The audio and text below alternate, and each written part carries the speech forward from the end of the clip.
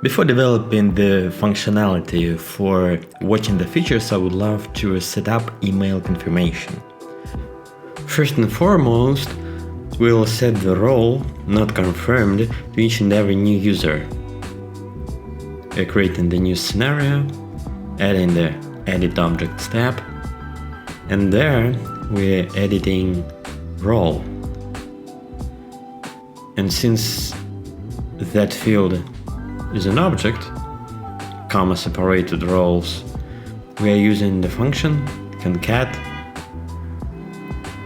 and there are two arguments. The first is the field role, and the second is the role which we are going to add, not confirmed.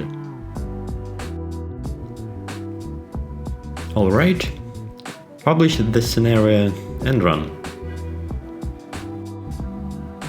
Let's have a look at the data structure.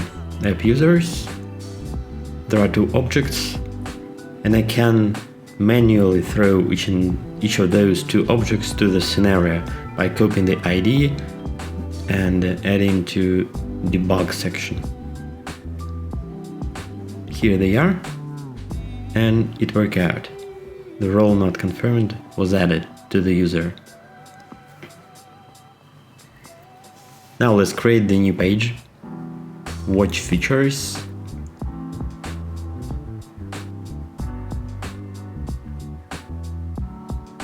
let it be the group My Pages for authorized users. That is it, watch features.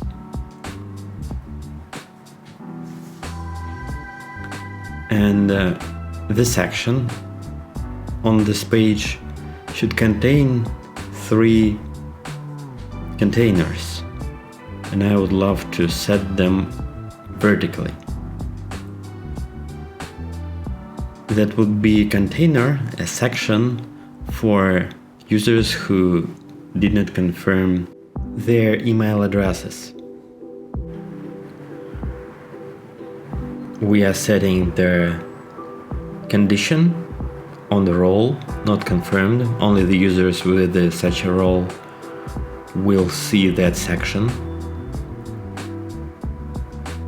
And then there should be a couple of forms. The first one for confirming the email and the second one for requesting the confirmation code. So let's create the required data structures. The first will be email confirmation request. There will be a couple of fields including user ID, a link to app users, and the code. A simple string field. Alright. The second data structure would be a request for sending new codes. There will be a field, user ID, who requested to resend the code, a link to app users, and that is it. We don't need any more fields. Alright, and then we are going to configure the forms, and to do that we need API endpoints for our new data structures. The first one refers to email request.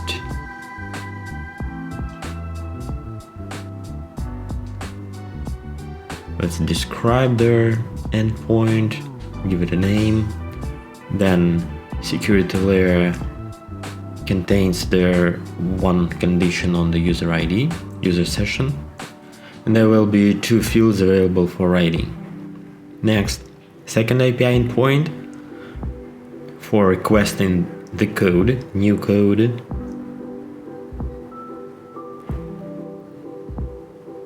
Alright, the similar layer one field available for reading and one field user ID available for writing. Next, coming back to the page watch features, two forms. The first one is about confirming the email. We will compare the codes there. Let's set the width of the form to 300 pixels and turn off displaying the user ID field. Instead of that, that field will be filled automatically. Alright.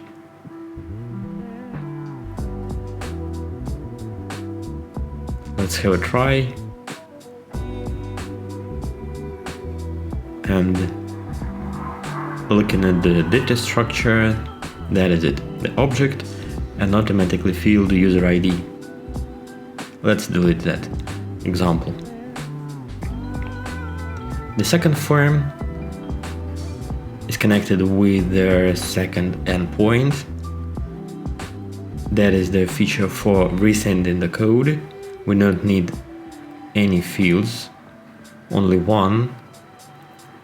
Automatically send the user ID who requested the new code. That way. Only a button. Next, we are going to configure scenarios to process those requests. We are creating a new group of scenarios, and there, the first one, send code, which works with email code data structure without any triggers to start. We're going to run the scenario in synchronic mode.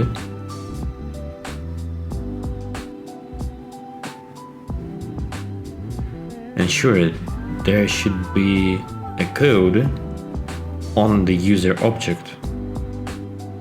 We should store somewhere the code to compare with. So we are going to the linked object user, choosing the code, and let's create some random value. We could use JavaScript expression, math random, checking the expression, that is the ID of an object, and here we see the random number. We could use the hash function to convert that number to a string of symbols, and then to take a part of that string. First 6 characters. Alright.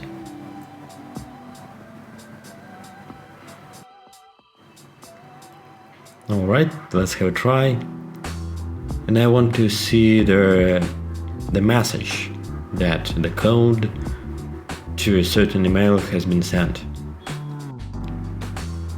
So we need to process the form submission online, and the result of processing will be stored in 3 fields.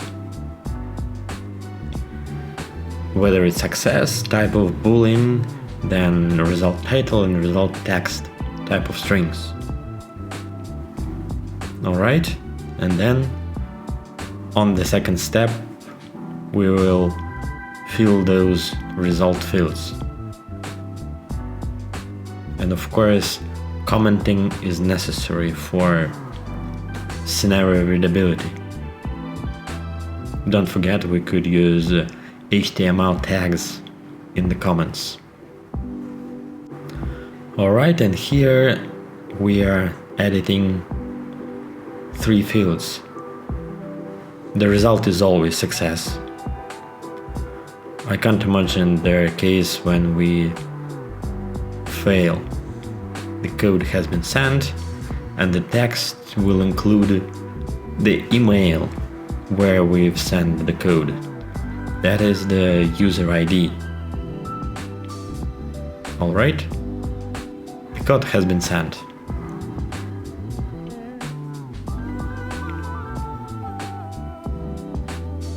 Alright, save, publish, run. And remember, we haven't set any triggers, so we are adding the scenario as running synchronically. with each and every post request. And here we are configuring the result processing. But the form should have an access to the fields. That means that we need to add those result fields into our endpoint. That way, coming back to the web page, the form, going to Result tab and turning on the synchronic processing. Alright, let's try.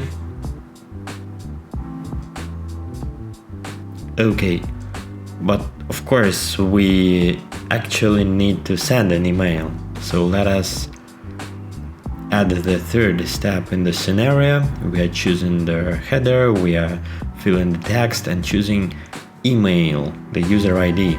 Remember, we store users' emails in the ID field. Publish, and let's try one more time. The email was sent, and that is it. I see. Now, let's configure the second form for confirming email and for changing the role of the user. That will be a scenario. Check the code. It works with email request, and we are going to run it synchronically as well. And let's add 3 fields for processing the result at once. Is success type of boolean and a couple of fields type of string for title and text. Alright. Then we are checking whether the code that was sent by the user equals to the code that is stored in the object. And there are 2 options, yes or no. The code is confirmed or not.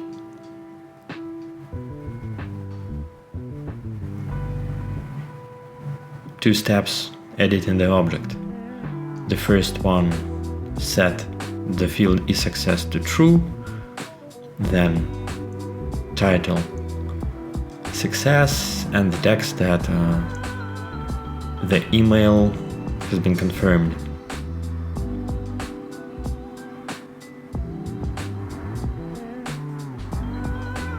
And moreover, we should add the new role confirmed and remove the old role. Let's consult the documentation. There is a page tips for dealing with data. There are techniques for dealing with numbers, arrays, dates. We need to remove an element from an array. We are going to remove the role not confirmed. Don't forget to turn on the coding mode. The function dsplice removes the role not confirmed from the list of the roles from the user.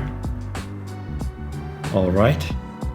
And we need to add a new role, but we can't do it in a single step, because that is a conflict. We can't edit the same field twice in the same step.